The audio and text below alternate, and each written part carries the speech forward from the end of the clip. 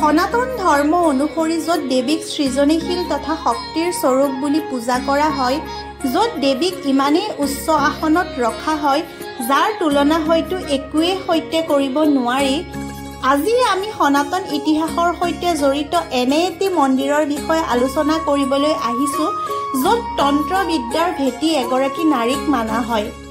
বিশ্ব ব্ৰহ্মাণ্ডৰ বিভিন্ন ঠাইৰ পৰা সাধকসকল নিজৰ সাধনা পূৰণৰ কাৰণে এই ঠাইলৈ আহে। ইয়াত দেৱীৰ এনে এক ৰূপ দেখিবলৈ পোৱা যায় যি হয়তো ভাৰত তথা বিশ্ব ব্ৰহ্মাণ্ডৰ ক'তোৱেই দেখিবলৈ পোৱা নাযায়। হয়, আপোনালোকে ঠিকেই ভাবিছে, মই কামাখ্যা মাতাৰ মন্দিৰ কামাখ্যা মন্দিৰৰ বিষয়ে আপোনালোকৰ আগত ক'বলৈ গৈ আছোঁ। এই ভিডিঅ'টোত মই আপোনালোকক কামাখ্যা মন্দিৰৰ সৈতে জড়িত কেইটামান অদ্ভুত ৰহস্যৰ বিষয়ে ক'বলৈ গৈ আছোঁ, যি হয়তো আপোনালোকে আজিলৈকে ক'তো শুনা নাই। তেনেহ'লে আহকচোন অকণো স্কিপ নকৰি ভিডিঅ'টো আৰম্ভ কৰোঁ। নমস্কাৰ, আমাৰ চেনেলৰ নতুন এটি ভিডিঅ'লৈ আপোনালোক সকলোকে স্বাগতম জনাইছোঁ। অসমৰ ৰাজধানী দিছপুৰ চহৰৰ পৰা প্ৰায় কিছুদূৰ নিলগত থকা নীলাচল পাহাৰৰ ওপৰত অৱস্থিত কামাখ্যা মন্দিৰ 51খন শক্তিপীঠৰ ভিতৰত অন্যতম এখন শক্তিপীঠ, য'ত দেৱী মা কামাখ্যাক পূজা কৰা হয়। এতিয়া আমি জানিব লাগিব 51খন শক্তিপীঠনো প্ৰকৃততে কি। পৌৰাণিক কাহিনী অনুসৰি দক্ষ ৰজাৰ জীয়ৰী সতী যেতিয়া পিতৃ মাতৃৰ অমতত মহাদেৱ শিৱৰ লগত বিবাহপাশত আবদ্ধ হৈছিল আৰু তেওঁৰ যজ্ঞত এবাৰ জীয়ৰীক মতা নাছিল, কিন্তু বিনা নিমন্ত্ৰণত জীয়ৰী যজ্ঞস্থলী আহি পোৱাত পিতৃ দক্ষ ৰজাৰ বহুত খং উঠিছিল আৰু মহাদেৱক বিভিন্ন ধৰণেৰে ভৰ্ৎসনা কৰিবলৈ আৰম্ভ কৰিছিল। কিন্তু স্বামীৰ বদনাম সহ্য কৰিব নোৱাৰি সতীয়ে যজ্ঞস্থলীতে প্ৰাণ ত্যাগ কৰিছিল।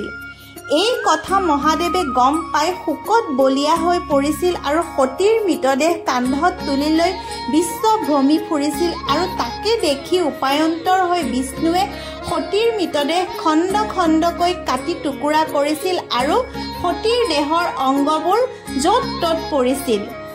এনেদৰে সতীৰ দেহৰ অংগবোৰ য'ত য'ত পৰিছিল তাতেই 51খন শক্তিপীঠ গঠিত হৈছিল।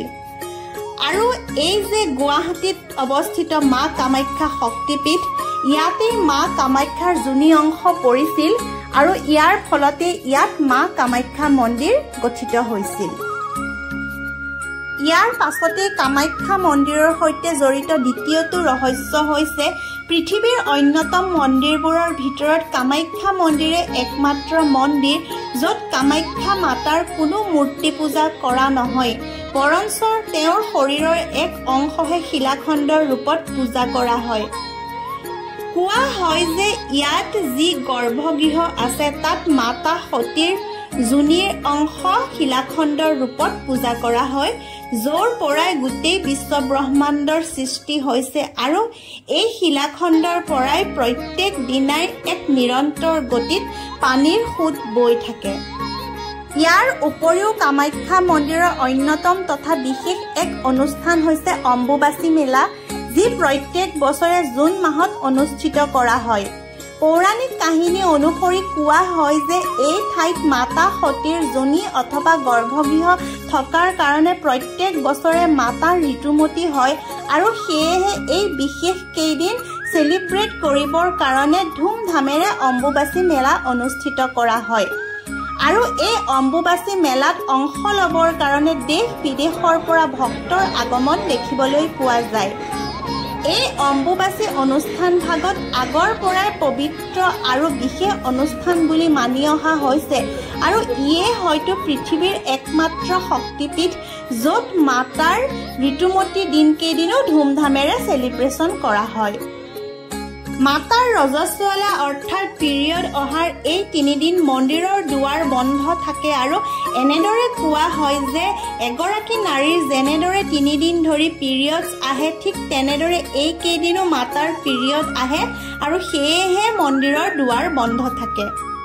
ইয়াৰ উপৰিও আপোনালোকে জানেনে যে প্ৰত্যেক বছৰে আগষ্ট মাহত ইয়াত দেওধনী উৎসৱ পালন কৰা হয় আৰু এই উৎসৱৰ সময়ত কিছুমান সাধকৰ শৰীৰত দেৱী অহা দেখিবলৈ পোৱা যায় আৰু তেওঁলোক দেওধনী উৎসৱৰ কিছুদিন আগৰ পৰাই ইয়াৰ লগত জড়িত হৈ থাকে। তেওঁলোক প্ৰায় 1 মাহ আগতে কামাখ্যা মন্দিৰত আহে আৰু গুপ্ত ৰূপত তেওঁলোকৰ সাধনা আৰম্ভ কৰে আৰু এই সাধকসকলক দেওধা বুলি কোৱা হয়। ইয়াৰ উপৰিও এই কামাখ্যা মন্দিৰৰ পৰা প্ৰায় 25 ফুট তলত এটা কুণ্ড আছে য'ত এটা শিৱলিংগ সদায় লুকাই থাকে আৰু এই শিৱলিংগটো বছৰত এটা বিশেষ দিন অৰ্থাৎ শিৱৰাত্ৰিৰ দিনাই বাহিৰত ওলাই আহে আৰু নিজৰ ভক্তক দৰ্শন দিয়ে। এই শিৱলিংগটো বছৰৰ বেছিভাগ সময় পানীৰ তলত লুকাই থকাৰ কাৰণে মহাদেৱৰ এই ৰূপটোক প্ৰাণকেশ্বৰ বুলিও কোৱা হয়।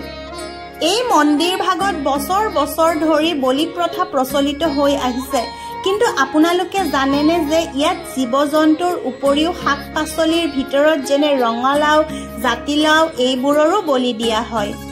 ইয়াৰ উপৰিও কামাখ্যা মন্দিৰৰ সৈতে জড়িত অন্যতম এটি ৰহস্য হৈছে ইয়াৰ সৃষ্টিৰ আঁৰৰ কাহিনীটো। কিম্বদন্তি অনুসৰি নিজৰ অহংকাৰত মগ্ন নৰকাসুৰে মাতা কামাখ্যাৰ ৰূপত মুগ্ধ হৈ এদিন তেওঁক পত্নীৰূপে পাবলৈ আগ্ৰহ কৰিছিল আৰু কামাখ্যা মাতাই নৰকাসুৰৰ মৃত্যুক ওচৰৰ পৰা দেখা পাই তেওঁক কৈছিল যে তুমি যদি এৰাতিৰ ভিতৰতে নীলাচল পাহাৰৰ ওপৰত চাৰিওদিশৰ পৰা ৰাস্তা আৰু চিৰিৰ নিৰ্মাণ কৰিব পাৰা আৰু কামাখ্যা মন্দিৰৰ কাষতে এটা বিশ্ৰাম গৃহ নিৰ্মাণ কৰিব পাৰা তেনেহ'লে মই তোমাৰ ইচ্ছানুসৰি পত্নী হ'ম আৰু যদি তুমি এনে কৰিব নোৱাৰা তেন্তে তোমাৰ মৃত্যু নিশ্চিত। নিজৰ অহংকাৰত লিপ্ত নৰকাসুৰে চাৰিওদিশৰ পৰা এই ৰাস্তাটোৰ নিৰ্মাণ কৰিয়ে আছিল। ঠিক ৰাতিপুৱা হোৱাৰ আগমুহূৰ্ততে এটি মায়াবী কুকুৰাই ৰাতিপুৱাৰ আগজাননী দিয়ে আৰু এই কাৰ্যত নৰকাসুৰৰ খুব খং উঠে আৰু মুৰ্গীটোক পিছে পিছে খেদি গৈ ব্ৰহ্মপুত্ৰৰ ইটোপাৰে বধ কৰে আৰু যি ঠাইত নৰকাসুৰে মুৰ্গীটো বধ কৰিছিল সেই ঠাইক আজিও কুকুৰা কাটা বুলি কোৱা হয়। নৰকাসুৰে নিৰ্মাণ কৰা সেই আধৰুৱা ৰাস্তাটোক মেখেলা উজোৱা পথ বুলি কোৱা হয়, যিটো পথ আজিও দেখিবলৈ পোৱা যায়। অৱশ্যে এই ভিডিঅ'টোত মই আপোনালোকক সেই পথটো দেখুৱাব নোৱাৰিম, কিয়নো মই সেই পথটোৰ ভিডিঅ' বনাবলৈ পাহৰি গ'লোঁ। বাৰু যি নহওক পিছে পৰে মই আপোনালোকক নিশ্চয় সেই পথটো দেখুৱাম। আজিকালি অৱশ্যে নতুন ৰাস্তা হ'ল, নতুন পকী ৰাস্তাৰে সকলোৱে অহা যোৱা কৰে, সেইটো পথেৰে কোনোৱে অহা যোৱা নকৰে। সেইটো এটা চিৰিৰ পথ, মই পাৰিলে নিশ্চয় আপোনালোকক পিছত দেখুৱাম। কামাখ্যা মন্দিৰৰ সৈতে জড়িত অন্যতম তথা প্ৰধান ৰহস্যটো হৈছে কামাখ্যা মাতাক গডেছ অৱ ডিজায়াৰ বুলিও কোৱা হয়, অৰ্থাৎ প্ৰত্যেকৰে মনোকামনা পূৰণ কৰিব পৰা দেৱী বুলি কোৱা হয়। সঁচাকৈ মাতা কামাখ্যাৰ ওচৰত যি ভক্ত আহিছে তেওঁক মাতাই কেতিয়াও নিৰাশ কৰা নাই আৰু তেওঁৰ মনোকামনা পূৰণৰ কাৰণে সদায় আশীৰ্বাদ দি আহিছে।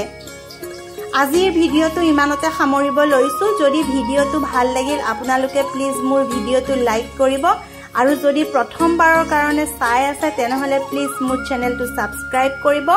আকৌ এটা নতুন ভিডিঅ'ত লগ পোৱাৰ আশাৰে আজিলৈ আহোঁ। ধন্যবাদ।